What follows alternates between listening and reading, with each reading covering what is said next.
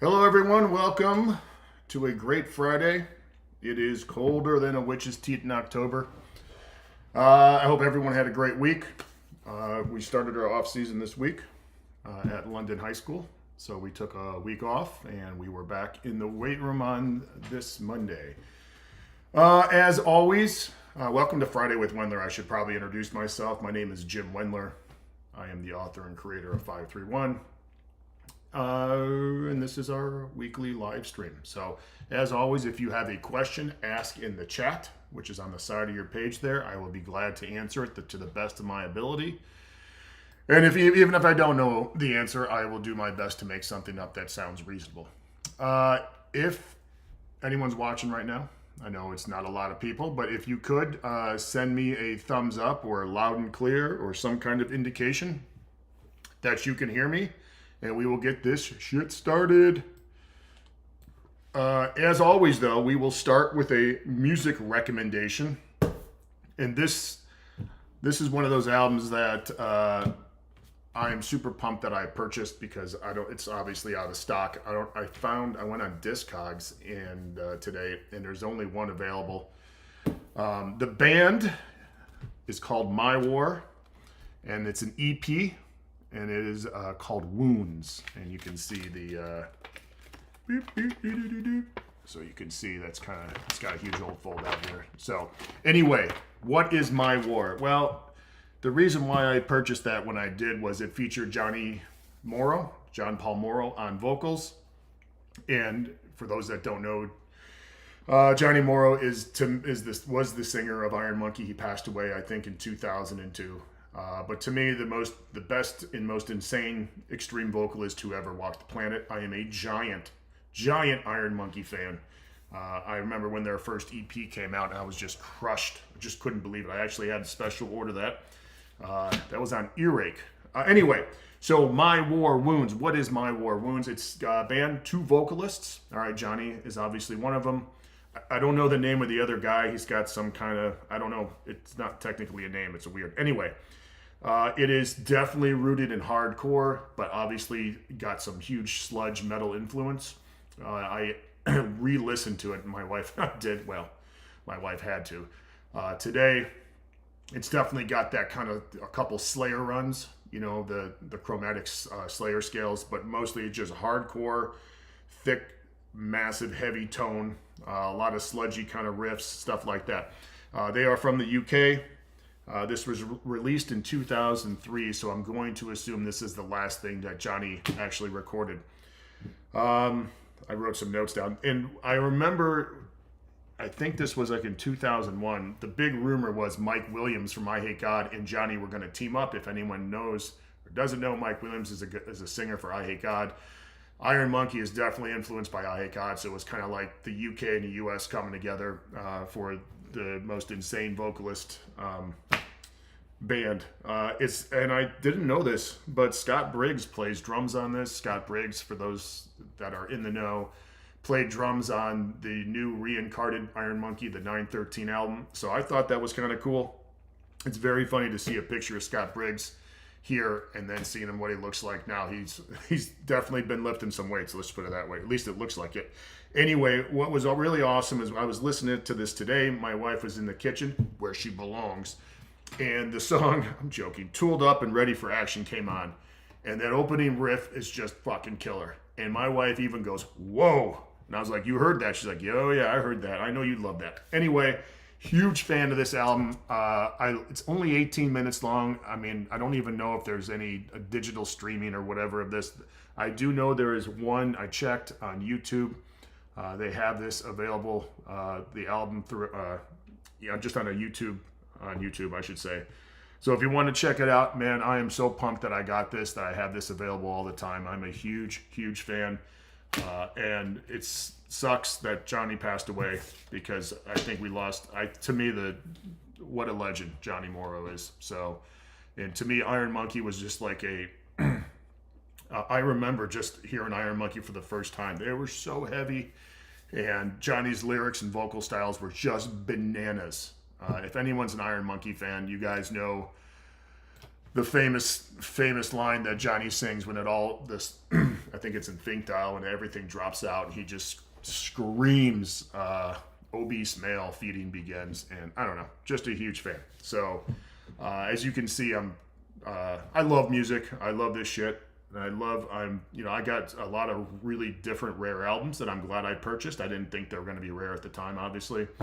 And this is definitely one of them. I'm glad I purchased that. So, all right, here we go. Let's go ahead and get started. All right, here we go. Mr. NWJ says, Big J. That's me. He says, I hope you're well. I am. Thank you. Do you encourage your athletes to do anything on their off days? Would a recovery circuit or mobility session be beneficial? Should young athletes look to do something daily?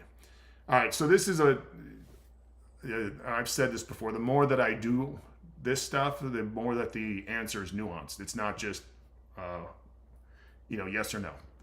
So the general answer is, yeah, they should be doing something, right? They're young kids. All right, now if you're 50 years old and going through our shit, you should probably take the day off or just like take a walk or something. But young kids, they should be fine. Now, for example, we're going to do some hill running with a couple guys, and I'm going to take them over to the hill that I run. Unfortunately, it just dumped snow here, like I'm sure it dumped. So we're going to have to wait on that. But yes, if they go out, I would love to see them run. I would, just doing anything, being active. I play pickup basketball, play tennis, racquetball, go out and do something. I would 100%. Now, there's some kids, if we're going to be completely honest, who are probably a little overweight. Maybe don't have all the background of training and stuff, and they definitely need to do something. What that might be, I don't know. It depends on their body weight and stuff like that. It could be something as simple as, listen, I got to walk like 6 miles today. Just have some kind of pedometer or something. Or I got to get X amount of steps, right? I think it sounds ridiculous, but welcome to this current generation's lack of general physical preparedness.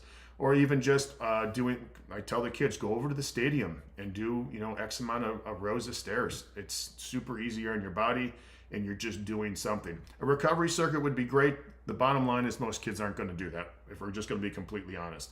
The only reason they would do any kind of mobility session or recovery circuit was if I was running it and they were doing it, because kids aren't going to do it. Hell, there's probably 99% of the people that are watching this who are, let's say, 40 or 50 years old, don't do that. And they know they should do that. And they have all the information. So, yeah, it would be great. But generally, young athletes need to be active. I 100% believe that. But I do something every day and I suck.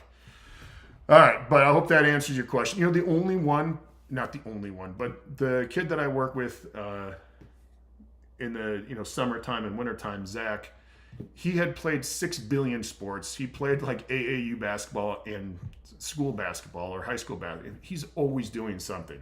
I mean, for like 10 years of his life, it was brutal. That kid, if I'm going to be honest, like once he stopped doing that, he needed that rest. So it wouldn't be advisable for him. Now, asking him to do that'd be completely ridiculous because he wanted to go out and do shit. So just understand there's always nuance with this stuff, always nuance. So Frank Leone says, hey, Jim, how would you incorporate sled work into a powerlifter's training as assistance work after squats and deadlifts, so not as a conditioning, but assistance. Thanks, and have an awesome weekend. Well, I don't know how you're arranging your training, but I would use that. So you do your main lift, right? And then if you need to do a supplemental work, obviously you're going to do your, low back, hamstrings, core stuff, right? I would do all of that before you do the sled work, because the sled work might just ruin you. And I think the base workout I would tell people to do is 10 40-yard pushes, or pulls, I should say, or however you want to. I would recommend at least doing backwards dragging and forwards dragging. I would recommend using straps or a harness for the forward so you can kind of lean into it and you can really load it. The weight, there's 2 things you could do. You can just set a custom, like one weight and just do all 10, or you could start with lighter weight and just keep on working up until you're barely moving that thing, and then just fight like hell to finish that 40. I've done that many times, it may take, you may stop a couple times to finish that 40. I've done that many times.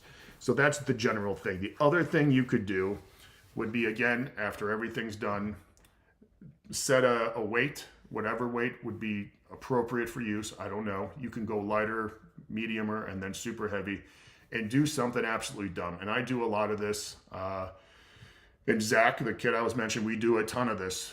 We usually do a half mile to a mile, and we will just drag and push and pull whatever we need to do with the sled to get it around.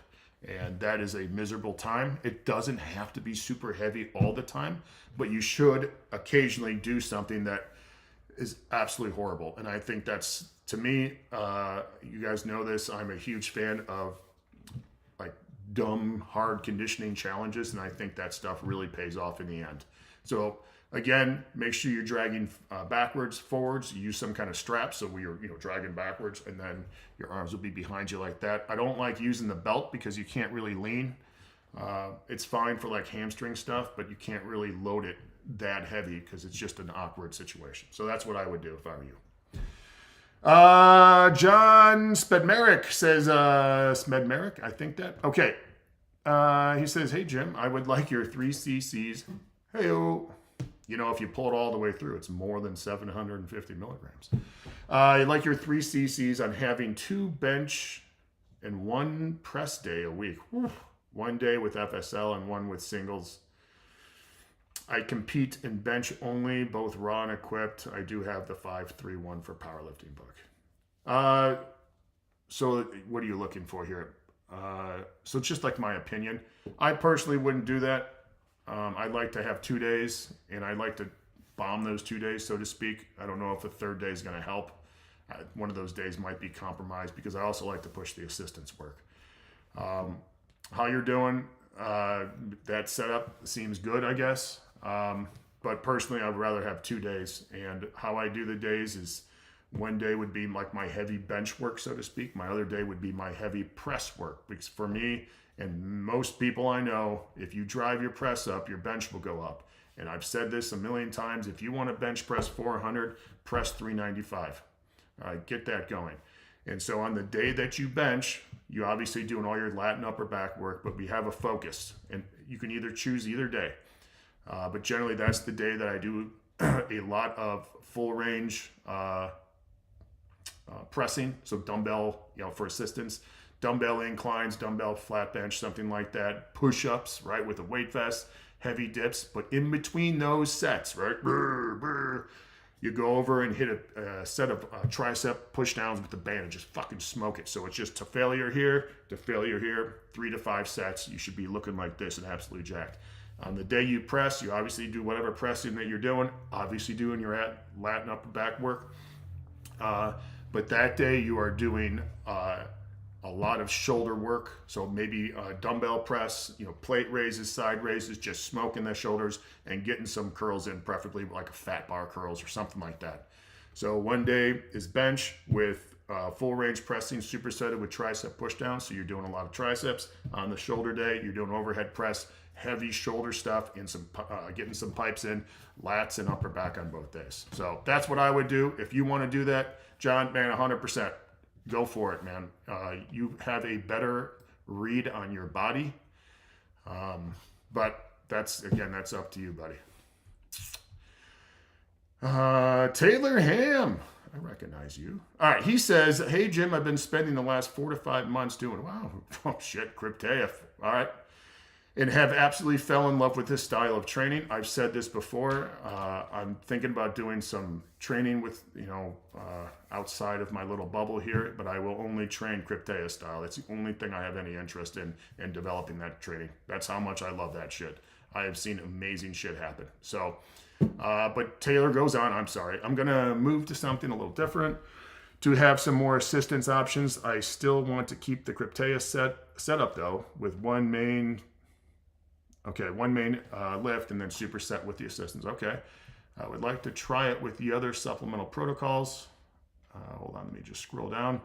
Any thoughts or concerns with taking Crypa style training into a different template or supplemental setup?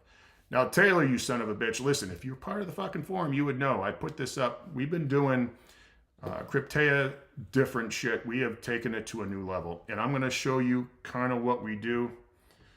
And then you'll understand because you've been doing this so long. So we have rules.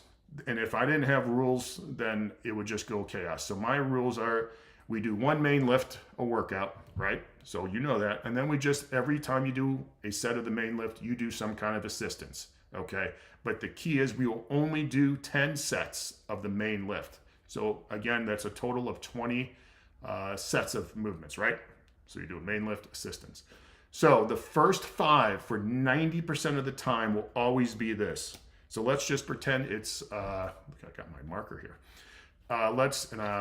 So let's pretend it's the 3x3 week. So the first 5 sets will be this. Hold on, I gotta think real quick.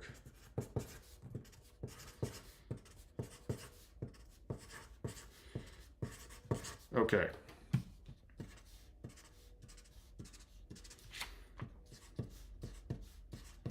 So I know, I'm not talking. It's bad radio. It's not fucking radio. Okay, so the first 5 sets, right? So remember, this is 3x3 week. Will be 50%, 60%, 70%, 80%, and 90%, right? Because we're doing 3x3 weeks. So that is the first 5 sets, regardless. So obviously, if it was the 3x5 week, we would have a slightly different percentages, but the same idea. You got the 3 main work sets and you got the 2 warm-up sets, okay? And remember, we're always doing assistance in between, okay? Now here's the kicker. These next 5 sets, you do whatever the fuck you want. We're still doing, for example, if it's bench day, we're still benching. If, for example, one of the kids is feeling awesome, man, we will fucking work up. We'll hit, something heavier, even if it's just 1 or 2 sets. And then, so let's say, I gotta look here. So these 2 sets, then we got 3 sets to play around with. But essentially is you got a core of the first 5 sets and then anything you want to do. So what we do, generally speaking, is if, for example, the kid I train, I'm actually wearing this shirt right here, Colgate. So if Zach is having a really good day, we will continually work up and hit something awesome or, challenge him with something. And then whatever's left over, we will usually do some kind of drop work, right? So FSL or SSL or just, whatever weight. And we'll hit some high reps, super slow, concentric reps, anything like that. Just something fun. Sometimes on the bench, we will put a pad on the bar, right? So he might be doing, I guess, technically like a 2-board or something. Whatever. It doesn't matter. You can have as much fun as you want to do. And do different stuff. Another thing we've done, we put that it's like a half moon pad. Elite FTS sells it, and then we'll even do all our FSL work with that. And so then with a close grip, and it's just super high rep. But we're always doing different things for whatever. It's just whatever you want to do. Just have some fun. Be creative. The key is we do a set every 90 seconds essentially, right? So we have a running clock. So obviously in the beginning, when you're doing the warm-up sets and work-up sets, you might go a little bit faster, and then we might have some extra time at the back end to take some rest. That's fine. The other thing is we generally always choose at least 3 movements of assistance work. You can do whatever the fuck you want with that. You can do whatever you want with that and just be, again, because Zach is such a dude, every time he comes in, I'm like, Zach, you want to try something? And then, I run it by him and he doesn't have a choice, but he always says yes. So we're like, dude, let's try this in between your squat sets. Let's try this. Hell, we did a training session as a challenge where we just wore the 20-pound weight vest through all of it. So he was doing the safety bar squat, but all his assistance was done with the 20-pound weight vest. The only thing that is fun to do as a challenge is, for example, using the same weight, right, for all your sets. So that might be FSL, second set. It might be your top set. It might be your training max. It might just be a random number and say, listen, for example, here's something we've done. All of our main lift is going to be at least, just picking a number here, 275 pounds. All right, we can go up, but you have to at least do 275 for a single for all your sets. So now, you can go up, but you can't go down. So you have to play a little smart. I let the kids pick, or the guy I'm training, I should say, pick what they want to do. And I'll obviously veto it if it's stupid. But that would be just a challenge. So, for example, let's say you're doing bench press, and you're like, dude, I want training max is 275. I want to try and do 10 singles with at least 275, but we're still pushing the assistance. The other thing you can do is, and this is, I think, awesome to do, is just do your FSL numbers for all your sets. Keep the reps between just 3 to 5, but you are fucking just pushing the shit out of crazy stuff on assistance. So that's more of like assistance heavy, where you're really starting to do some dumb stuff and creative movements and maybe a little bit heavier movements. So Taylor, the point is, one main lift, you superset with assistance. The pacing's super important, but it's also, you have to remember, you can't outpace your readiness and preparedness, right? So you have to be smart about that. And that's, all I do is I monitor their bar speed. I monitor their, if their heads up, if they're able to talk and like be a guy and not just like, oh my God, I'm going to die. That stuff is super important. So Taylor, my advice to you is you're on the right path. Keep the principles of Crypteia and be as creative as possible. That's the best advice I can give you. Hell, that's what I give anyone for training overall. What does Fenris say? Strong principles, but weak opinions. So, all right, hope that helps, Taylor. You like my my fancy whatever this is? Whatever. All right, here we go.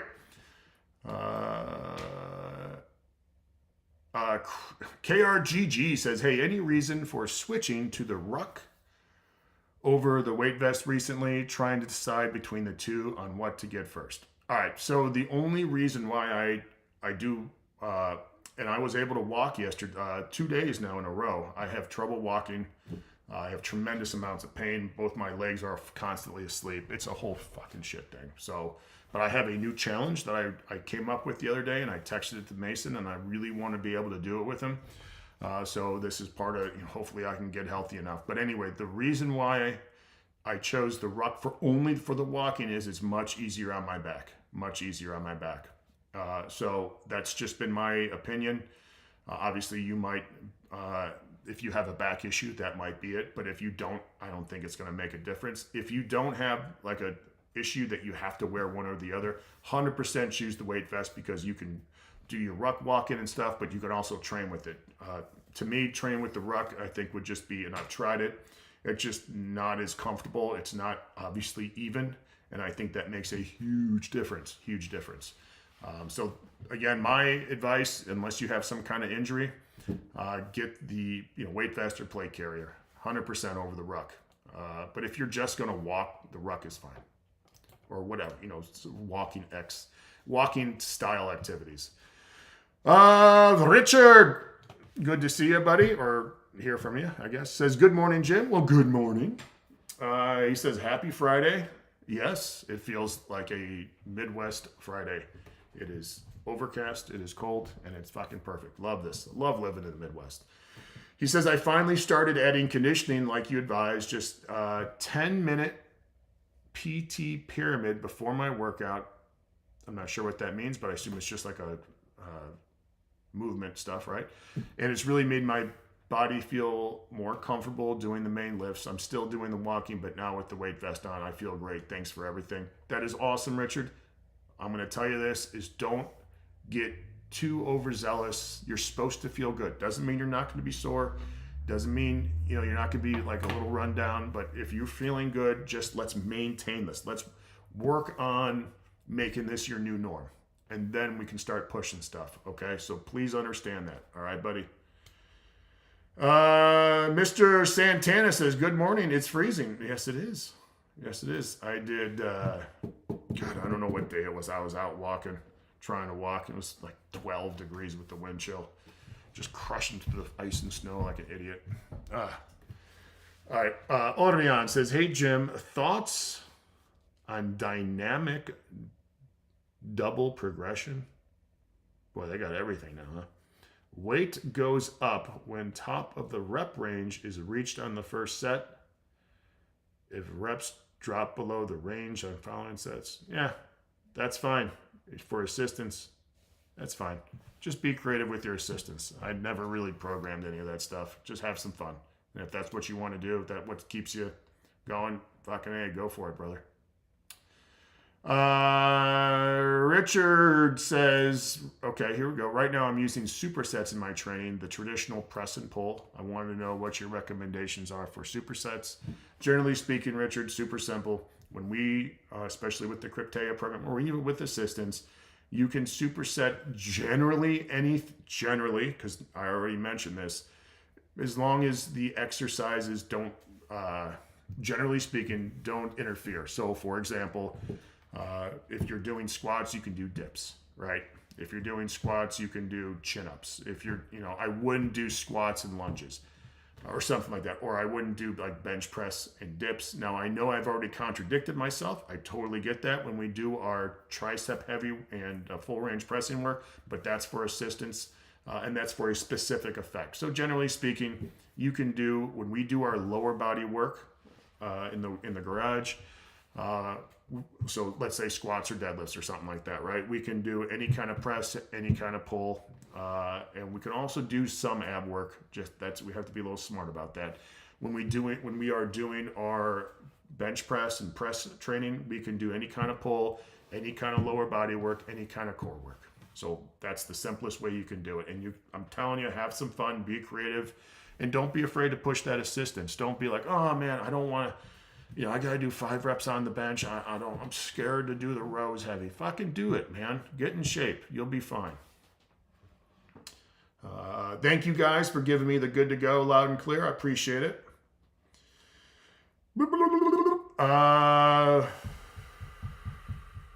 DJ Cornell says, I've been reading about the Walrus Wendler Classic. I'm 40. In decent shape, but still want to build muscle, mostly overhead press. Would this be a good option or stick with traditional 5-3-1? If you want my opinion, well, you don't listen. You can do both. Okay, you don't have to just choose one. If you want to try something different, be creative, challenge your body, do something different. That's going to do more good for you overall than just doing the same thing over and over again. All right. I've noticed over the past 30 years, everyone wants like, this is my forever template. There's no such thing. All right. As long as you're training with some kind of resistance training, right? I don't give a shit what that is. Whether it's barbell, body weight, kettlebells, who gives a shit? You want to use machines? I don't care. As long as you're doing that, some kind of conditioning and some kind of mobility or flexibility work, man, go for it. But don't be so tied to one thing or just try to do one thing, because you're not going to get any better. I've said this a million times, the more you expose your body to different stimulus and different things, the better off you're going to be, and the higher your GPP, and you're going to be a better fucking human being. Trust me. So my advice to you is, if you want to do that, you feel committed to doing the Wendler class, anything like that, go do it, commit to it, get awesome. All right? Get awesome. I don't know what this dumb question, but can you touch on mobility V warm-up? Thank you very much. What is mobility V warm-up? Like versus warm-up? You could do either. Generally, listen, all a warm-up is doing is getting you ready to do whatever you need to do. All right, so listen, when I was really heavy, I had to do some static stretches. Oh my God. I fucking hate people. You can't static stretch before you lift. It's always the guys who squat 200 pounds who tell you that shit. The best way I could squat explosively and great depth and great technique was static stretching. That was my warm-up. I had to do a couple different stretches because my hips were super tight. They just helped. So that was my warm-up. All right. Mobility is, so whatever that means for you, right? It may not, a warm-up might be just riding the bike and like doing some arm circles or something like that. You're riding 4 miles on the Airdyne and then, I don't know, doing some high knees. So a warm-up is whatever you need so that when you start lifting, you're fucking ready to go. All right. So mobility is obviously specific to the joints and stuff like that, which might be a warm-up, but may not be either. So I guess that's the best question. The problem is everyone thinks like everyone needs the same basic warm-up, and that's not the truth. All right, the kids I work with, they need very little warm up. They're ready to go. I mean, we still do stuff, but it's not as extensive as a guy who's like 55 and you know did 5,000 jumps in airborne and their back's fucked up or something like that. So just understand that. For exercise with resistance bands like face pulls, good mornings, and press downs, what number of sets and reps do you... I just lost my place because I'm an idiot. I am sorry. What sets and reps do you recommend? So we go super high reps. With like we do, we attach the band, for example, to the rack. It's like a light band. We do rows, no less than 30 reps, 30 to 50 reps, I say. You got to just get pumped up. Same thing with the face pulls. Band pull aparts, the push downs, you got to go to failure when we do that stuff. So whatever that reps is, but it's like, unless you're like at the tail end of our dumbbell press or dips push down, we always, I usually set a goal, but you got to at least hit, that at the end. So it's going to be always 20, 30, something super high reps.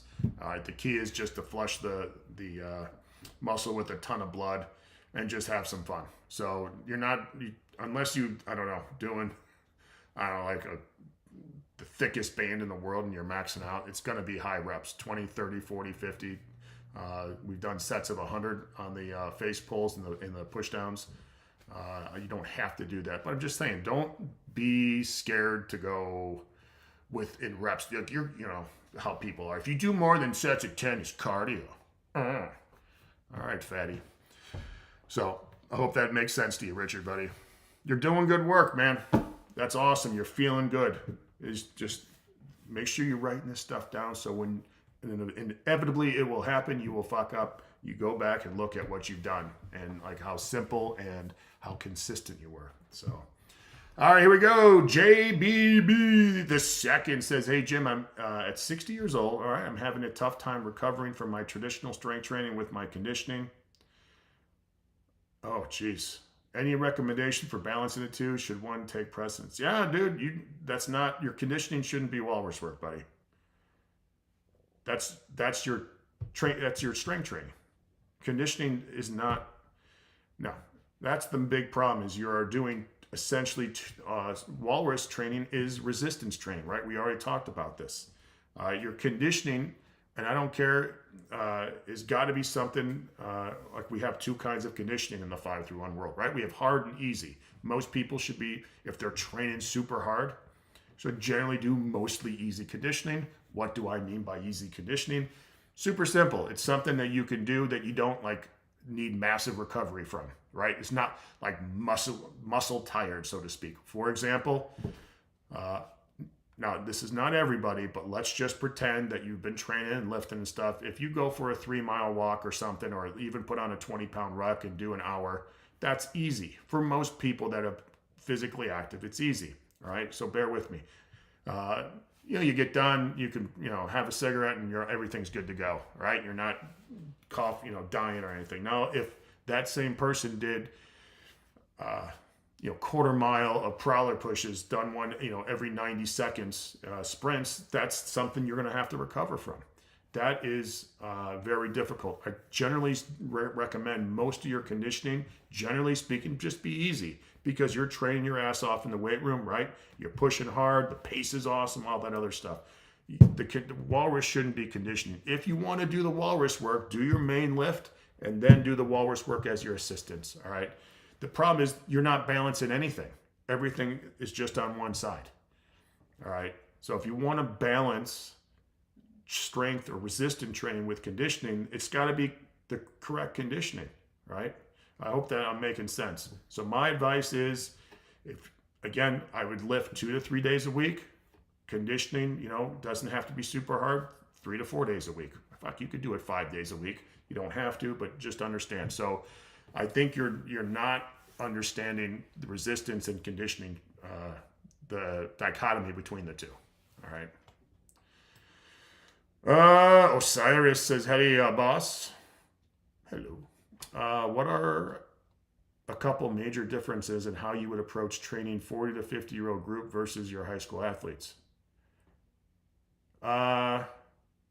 The major difference is no. Listen, I approach everything the same. I got to look at what they can do, and then we adjust from there. The major difference is between the human beings, not between the age levels. All right, does everyone understand? We have kids on the team because of whatever reason can't do what the other kids are doing. They're not all doing the same shit. Just please understand that. So the major difference is you would assess the person. What can they physically do? What are their limitations? Do they have any injuries? Is this a guy who's never done anything in his life? Or is this a dude who's a fucking pipe hitter his whole life? And he's fairly healthy. Completely different 40-year-old human being. All right? There's no difference. We're still doing some resistance. We're doing some conditioning. And we're doing some flexibility, mobility. So it's not about the age. It's about their preparedness and readiness. So that's the major thing. That is the major thing. All right. I don't know how else the loading is going to be different, right? The exercise selection will be different. As an example, a 16-year-old kid, what if he physically can't do a squat? Right. So we have to find a way around that. There's plenty of 40-year-olds who can squat like bosses. Then we're going to squat them. So it just depends on the human being. People get all weird with these age things, and I get it, right? Obviously, not every 50-year-old's going to be, fucking ready to do stuff, but there's a lot of 16-year-olds that aren't either. So please understand that. All right, there's so much. Every session is going to be, and program or whatever you want to say, is going to be based on that individual's readiness, and it will vary greatly. Ryan Stack says, hey, Jim, I turned 34 yesterday. This weekend's challenge. Okay. Oh, geez. 34 50-yard prowler pushes with 245s using the Elite FTS prowler. I'm in Illinois, so it should be a balmy 20 degrees. Oh, that's awesome. So I believe, Ryan, and I'm not sure, I think that's when I did my prowler pushes for my birthday. I remember I did it on my 34th. I think it was my 34th birthday. And I did something very similar. And that's going to be miserable. The only thing I will tell you, Ryan, I don't know if you guys got snowed on where you are, is just make sure the day before or a couple days before, make sure you shovel everything out and then lay down as much salt as you can so you don't get any ice pockets. And don't just do, for example, the 50 yards. Make sure you have room to maneuver outside of that a little bit, right? So, yeah. Oh, Ryan, I'm super pumped for you, buddy. It's going to be awesome. You're going to be fucking hating life. I love it. All right, here we go. Hey, Jim, for the dumb leg workouts, what's best rep range for the leg press? I'd say 6 to 200, somewhere in there. There's no best rep range. Dumb leg workouts, you just got to be an idiot about it, guys. All right? So obviously don't kill yourself the first couple times you go in there. Get yourself accustomed to the movement. You don't want to be terribly sore and all that stuff. But the point of doing idiotic leg stuff is to get you out of your comfort zone, right? Learn how to be competitive. Learn how to think outside the box. Get your body used to something different to make your legs super strong. So there's no best rep range. It's whatever you want to do. It's whatever you think is awesome. Just double it usually, right? That's the best thing. There's no best rep range, guys. None. Elo says, was the rivalry between the morning and evening crew in place when you were at Westside? No. Would it have been a betrayal for you to work out with the other group? Hell no. Sometimes shit came up, right? So if someone had to go and train with the other group, that's fine. Yeah, I don't know. Maybe there was at one point. I think a lot of that stuff is romanticized. I'll be completely honest. But, that's how history is always displayed. So you have the reality of everything, and then you have the romance of it, after many years. So that's just been my experience. All right. So, all right. Richard says, thanks so much for all the help and advice. Thank you, Richard. Oh my God, I don't know what was he like a weirdo? I think it was there's a guy named Richard Aquino or Aquinas or something. It's like some weird devil worshiper in the army. I don't know. So sorry, Richard, every time I see your name, that's what I think. I think that's what his name was. But he was he was an officer in the army, I think. Anyway. Heavyweight, you don't have to do that, buddy. I appreciate that. But heavyweight rights bring the pain. All right.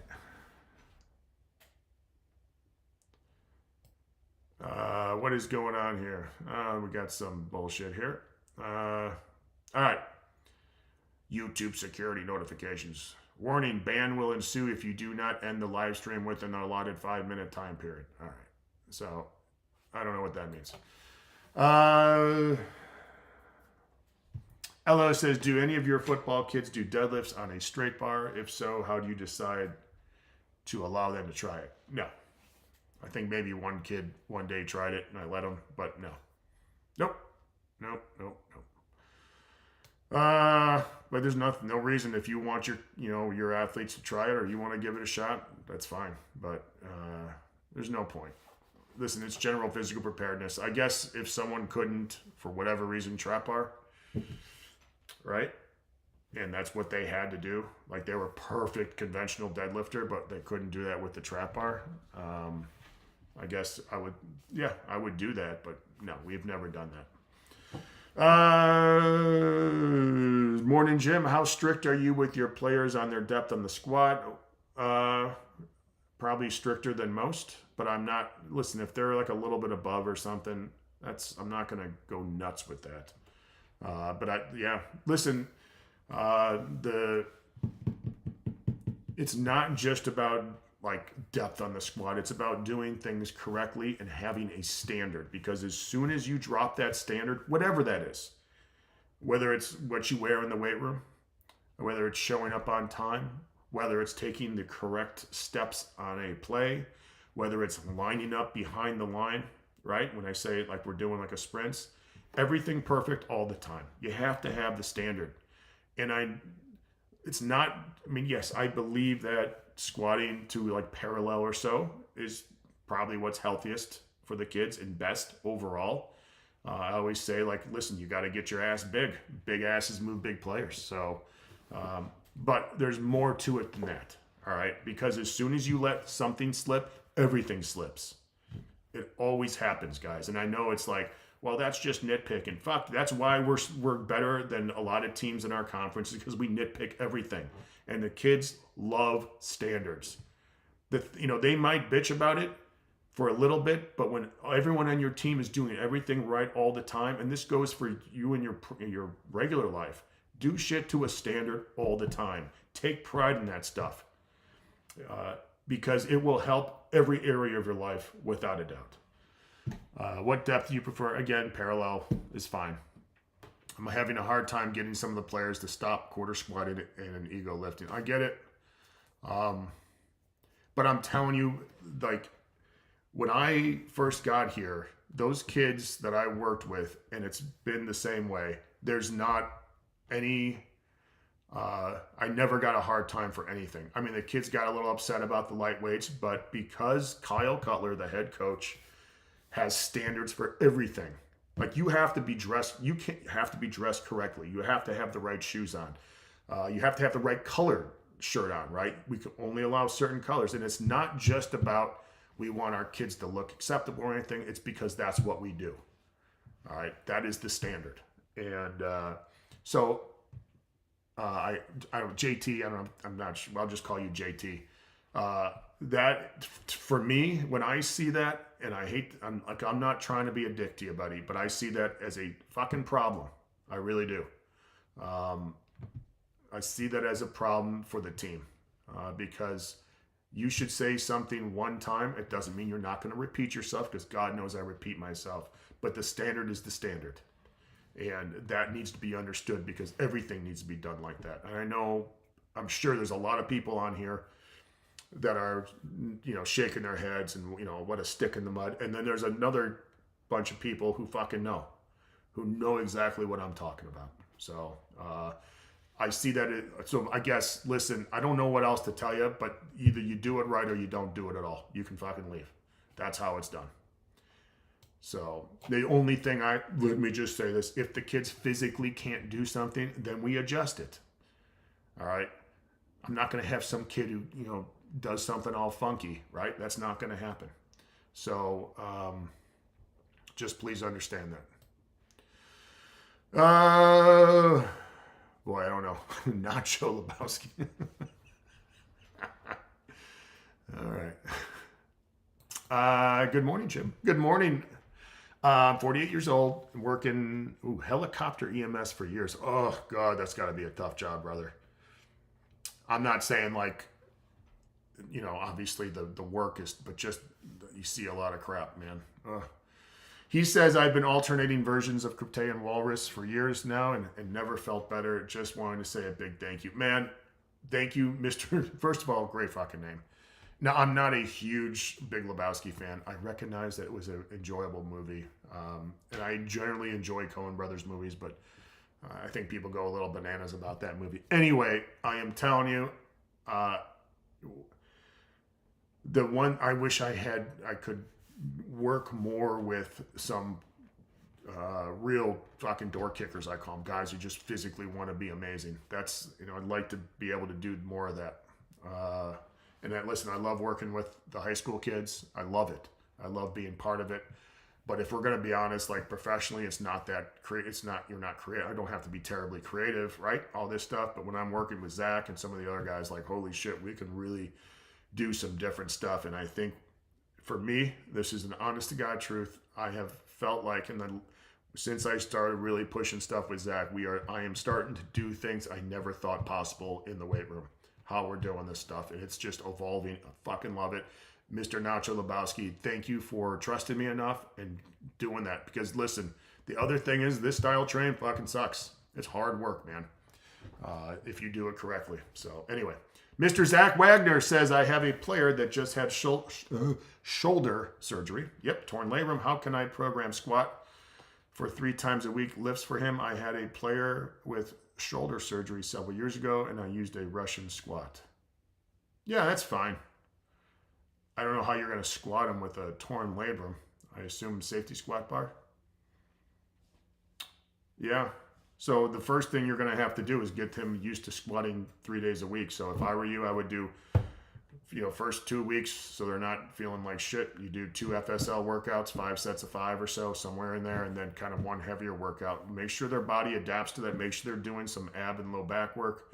And then from there, you can start riffing on something. So you might have a lighter day, you might have a medium day, and you might have a heavier day. The only thing I will tell you is make sure you have outs for each one of those things, because it's gonna take a shit eventually. So just be smart, right? So that's probably what I would do. I assume, again, it's a safety squat bar.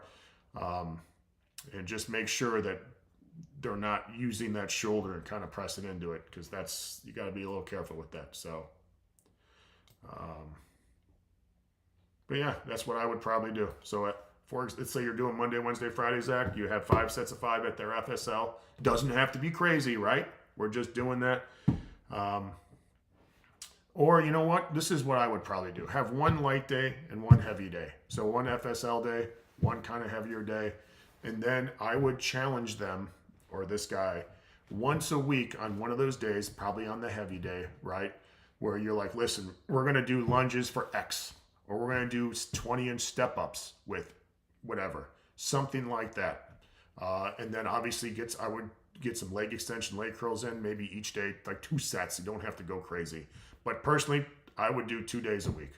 Again, FSL day, heavier day. One of those days, do some kind of hard single leg stuff, right? Don't have to load it, single leg squats, something like that. Again, work up. But that's personally what I would, if I was in charge of that, that's what I would probably do. And you just have fun with that stupid stuff, right? Be smart with the training on the squat and be like, listen, we're going to do, I had a kid who had super high general physical preparedness, was an absolute dude, but he put on a weight vest, and I think he did something like 421-inch box step-ups. And I told him, like, you don't have to go. He's like, nope, I'm doing it. Let's do it. And I look over halfway, and he's just, oh, God, this sucks. He did it all, though. Didn't stop one time. Just, anyway, that's probably something you do. Make sure you get some, even if it's just kind of bracing and holding, like a crunch or something, I would definitely do that, so.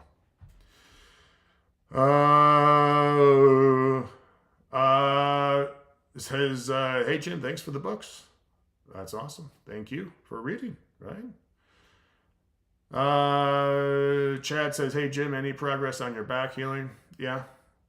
I bought the Core Balance Training Program. It's helped me as long as I stay consistent. All right, I'll look that up. I will write that down. Core Balance Training. Core. I appreciate that, Chad. Thank you, thank you, thank you. But yeah, I have good days. No, I have horrible days and I have bad days. That's what I have, and I just kind of tough it out. So, but the newest thing is I just haven't been doing any rehab because it didn't matter. 4.5 fucking years of doing everything, and it's just nothing mattered. So I was like, screw it, and actually felt better for a little bit, which it's crazy. All right, here we go. What's this guy's name? Who are you? Taro Samela. All right, so Taro. Before I met my ex-wife, I dated a girl. Her name was Tara. Yeah, I don't know what Tara's doing now, but I just remembered my ex-wife fucking hated her. Hated her. So anytime anyone was named Tara, you could see it just stew in her eyes. So I remember, I was like, man, if we have a daughter, I totally want to name her Tara. I would just twist. She'd get so mad at me. Probably why we're divorced. Anyway, here we go. Taro says, but Tara, if you happen to be watching this and you're cyber stalking me, hello, I hope you're doing good. He says, I'm training with the traditional 5-3-1. Okay, is it too little volume if I only do the main lift and the FSL sets? I add pull-ups and push-ups afterward. Oh, I see what you're saying. No. If you're doing... Listen, this is what I would do. And you got to read this, buddy. Read the article. It's on the blog called Training for Busy and Inconsistent Men.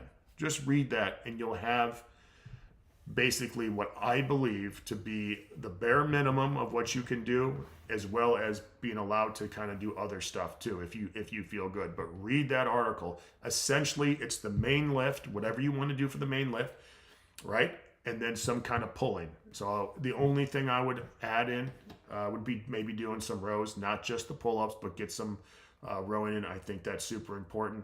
And if I'm going to be completely honest, if I was only going to, listen, this is all you can do. So your squat, bench, deadlift, press, right? So you got those 4 lifts. I would do some kind of pull-up, some kind of rowing, right? Ooh, what is this shit? Are you kidding me? Does that thing fucking pop up? Oh my God, I don't know if you can see that on the screen, but that's super fey. So main lifts, pull-ups, some kind of row, and some kind of ab and low back work. If we're just going to go brass tacks, all right, I'm talking about lifting weights. So that is I believe the best thing for you, okay? Hey, Chad Jones, I appreciate you sending that to me. Not sending it, but sending out the book. Idea, I should say. So thank you.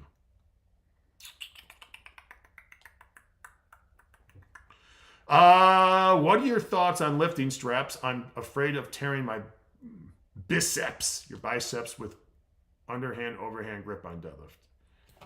It's fine. I don't know. If you're not going to compete, I would highly recommend, though, you ready for this? You got to do something for your grip. All right. So if you're not going to, if you're going to deadlift with the grip, with the straps, that's fine. But make sure you're doing some high rep rows, farmer's walk, rope climbs, stuff like that, because you need to have a strong grip. All right, that's part of being a strong dude, is to be able to theoretically tear someone's esophagus out, just like in, oh my God, what was that movie? God, Patrick Swayze, whatever, Roadhouse. I think he does that, right? I don't know. Maybe I'm just thinking out of my butthole. God. I saw a band named Buttholectomy. That's just awesome. So my idea is, yes, if you want to deadlift, that's fine with the straps, but make sure you're getting some kind of grip work. All right. Ryan says we got some snow, but the street is pretty clean. Okay, so Ryan's going to do his 34 50-yard prowler pushes. Good luck, Ryan. Good luck. And if we're going to be completely honest, man, I've done prowler pushing in every sorts of weather. It is much better to do it in the cold than in the heat. Much better. Is it okay to deadlift with a trap bar using the lower handles? Yeah. Man, what you been reading, Tara Samela? Of course it is. That's most, at least I think most people use low handles, right?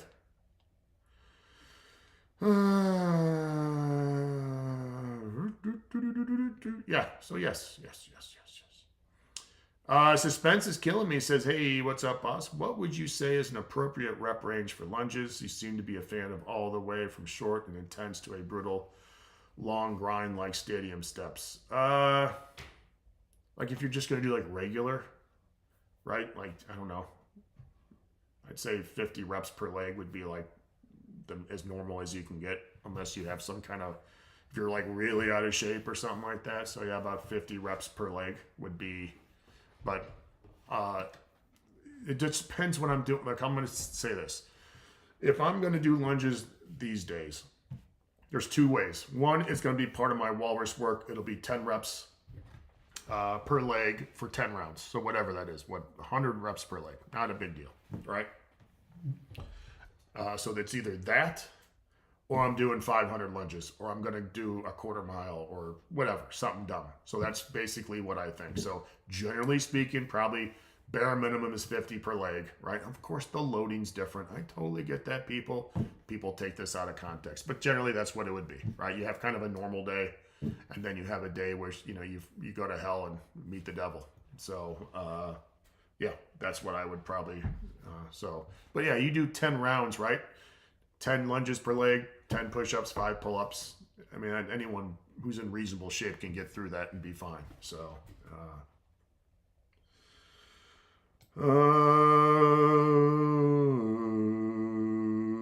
Suspense is killing me. Says, hey, I've been rereading 5 through 1 forever, and there's a ton of fun programs. If you'd recommend 2 for high school groups, what would you opt for? I think you said Cryptea volume was too high. Well, listen, someday I'll report back on using a new Cryptea style program.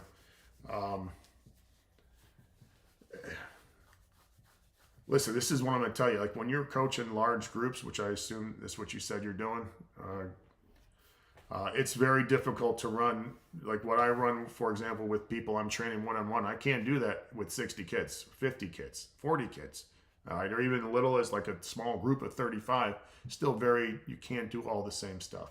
So if I had to do 2 things, I would probably do, the main lift, supersetted with another thing, squats and push-ups, and then I would do the FSL, sets of 5, supersetted with something else.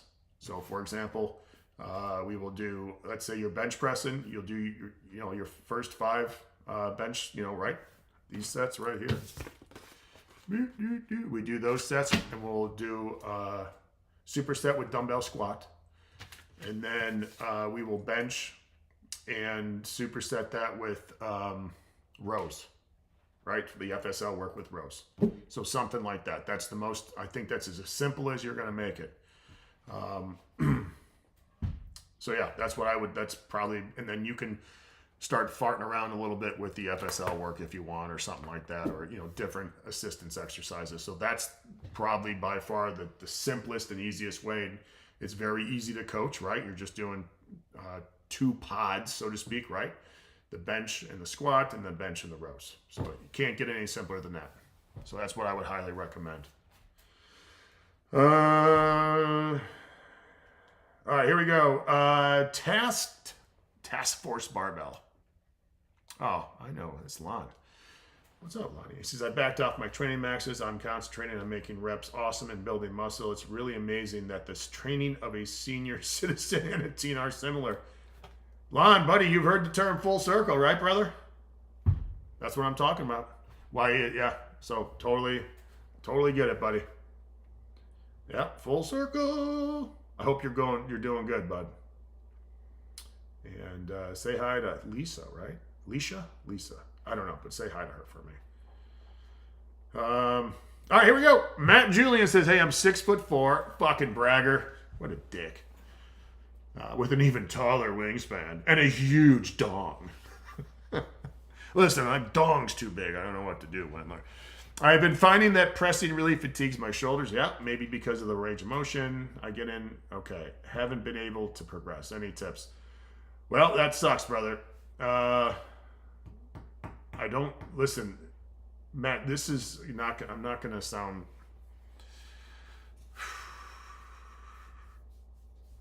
There's a couple things you can try, and I'd have to work with you because it's so hard to get people will send me like, listen, I've been doing X, Y, and Z, and then I see like what they're doing and how they're doing. I'm like, it sucks. Like we can just fix you with just basic stuff. So I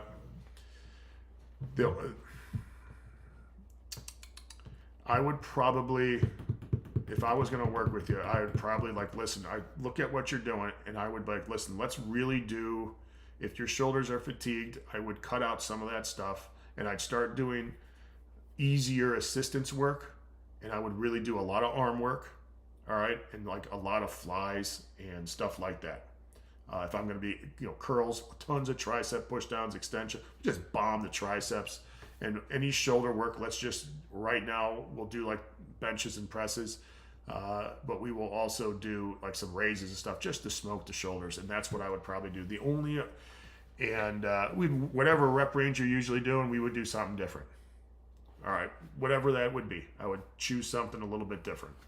And that would be, so it could either be with the supplemental work or with some assistance work. But I would probably limit some of your pressing, like the assistance work, too, and just really do attack on a different angle. And then, like, I'm sure you don't, like, the other thing is, and listen, I'm not the only one to say this, like, this was a big thing with Louis. I know Matt Rose did this. Like, for a tall guy with long arms, the most important thing you can do, if you really want to get that pressing strength up, is gain weight. But I don't know if you want to do that because it's I don't know how old you are. I mean, if you're 20, listen, if you're 20 years old, Matt, I don't know how old you are, and you're 6'4" and weigh 185 pounds, and you want to increase your bench press, you're going to have to get up to at least 250, right? Everyone kind of knows that. That's not anything new. But those things I mentioned would be probably how I would attack it, and just to add something different to your training. But man, I will tell you this though. So just make sure if your pressing is really fatiguing your shoulders, then let's back off some of that stuff. Attack from a different angle, and let's work on your rows and upper back and the triceps and biceps. Let's get all that just as beefy and as big as possible. I mean, beefy big. Because like you said, you have a huge dong, right? Did you write that? No, I'm just joking. So I don't know if that's going to help you, Matt. But listen, whatever you're doing now, right, ain't working. So you're going to have to do the George Costanza. Do kind of the opposite, man. The Colorado athlete says, "Hey, Jimbo, thoughts on the GBRS performance standards, broad jump, bench press, trap bar?" I think those standards and the exercises, I think they're very well thought out. I think they did an absolute terrific job. When I see that, though, I don't see they need to do this and this. I see, what are they testing here? They got a jump. They have upper body press, upper body pull, something for the lower body, right? They have some ab, and they have some conditioning. And then you say farmer's carry, but whatever. The problem is everyone needs to take a fucking step back, because there's all this criticism. They're doing, trap bar, they should low bar squat, or, bench press. The press is superior. Then fucking you do it. Then just change it. So I think they did an absolutely great job, but all you have to, like, for example, I can't run, right? So I don't get all mad at them because they have an 800-meter run. What I do is, they have like a it's obviously not long distance, but like a short kind of sprint, so to speak. Obviously not a 40, but that's an 800-meter run ain't a fucking jog. Everyone knows that, right? I hope so. Just like the mile's not a jog, it's a run. So I see that and I'm like, okay, so what can I do that corresponds to that? And so I think it's awesome. I'm glad they did that. I think whoever came up with that, I don't know who's associated with them or anything like that, but I thought they did a great job. A very good job. All right, Tara, appreciate it. Some guy says get a Mars bar. Okay, not sure what that has to do with anything, but hell yeah. The other thing, Matt, speaking of the other thing that might help, remember you got the long, is maybe training with, if you have access to a football bar. I think that might help you because it's something different, right? It's not that you have long arms, it's just something different. So the other thing I would do, Matt, holy shit, coming up with stuff from Matt here. Instead of bench pressing, you know what I would do? I would lean heavy on dumbbell work. All right, so not just like 4 sets of 10. I would use different modes, different assistance exercises, or not this. Oh my God. So for example, one thing I would 100% make you do is we would do timed dumbbell presses for at least a minute. 3 sets of 1 minute, right? And you just got to press for a minute straight. You don't have to do this, but just good reps, right? That'd be one thing I would do. So we're not benching, we're doing that. Another thing is we do 60-degree incline dumbbell press. Beat, beat, beat. Go to failure, put them down, bring the bench to 45. We rest about 20 to 30 seconds, pop them up, get to failure, boop, and then finally go down to flat. And we do that 3 to 4 times, right? Make sure you're resting in between, stuff like that. So I would attack your bench with dumbbells, some flies, pump up the shoulders with different stuff, but get your arms strong, upper back and lat strong too. There you go. That's what I 100% would do. And again, if you got access to a football bar, fucking do that. Just cut out what you usually do and attack it from somewhere else. All right, here we go. It's 11:07. Does anyone have anything else? I got a book to get here. The Core Balance Training Book. I don't know. Maybe I do have that book. I got books. You forget that, you read them. You forget that you got them. All right, Scruff McBup says, tips on deadlifting with a massive dong. I smashed the bar into the tip just past the... See, I don't have that problem. I'm always just below the knee. So I don't know what it's like to deadlift with such a tiny wiener.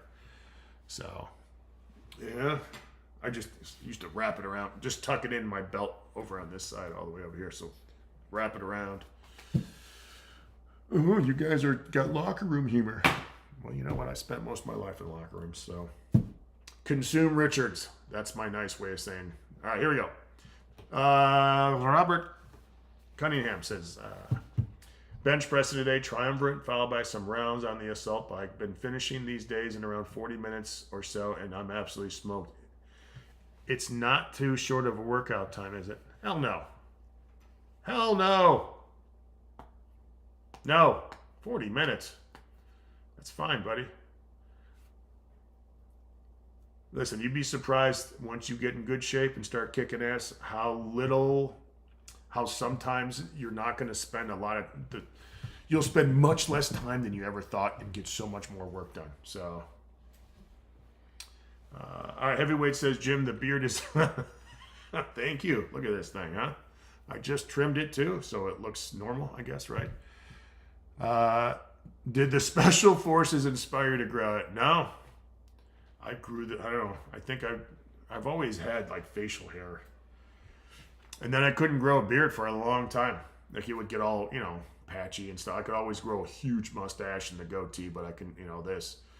And then one day...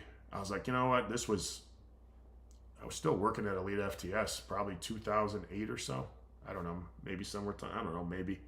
And I was like, listen, for 2 months, I'm just not gonna, I'll trim up whatever I need to, but I'm not gonna go. And before I knew it, it was like fucking crazy. And I was like, well, I guess I can grow a beard now. And I've always had a beard ever since. So, listen, I don't think I'm Special Forces. I don't think I'm a warrior. I'm not one of those people.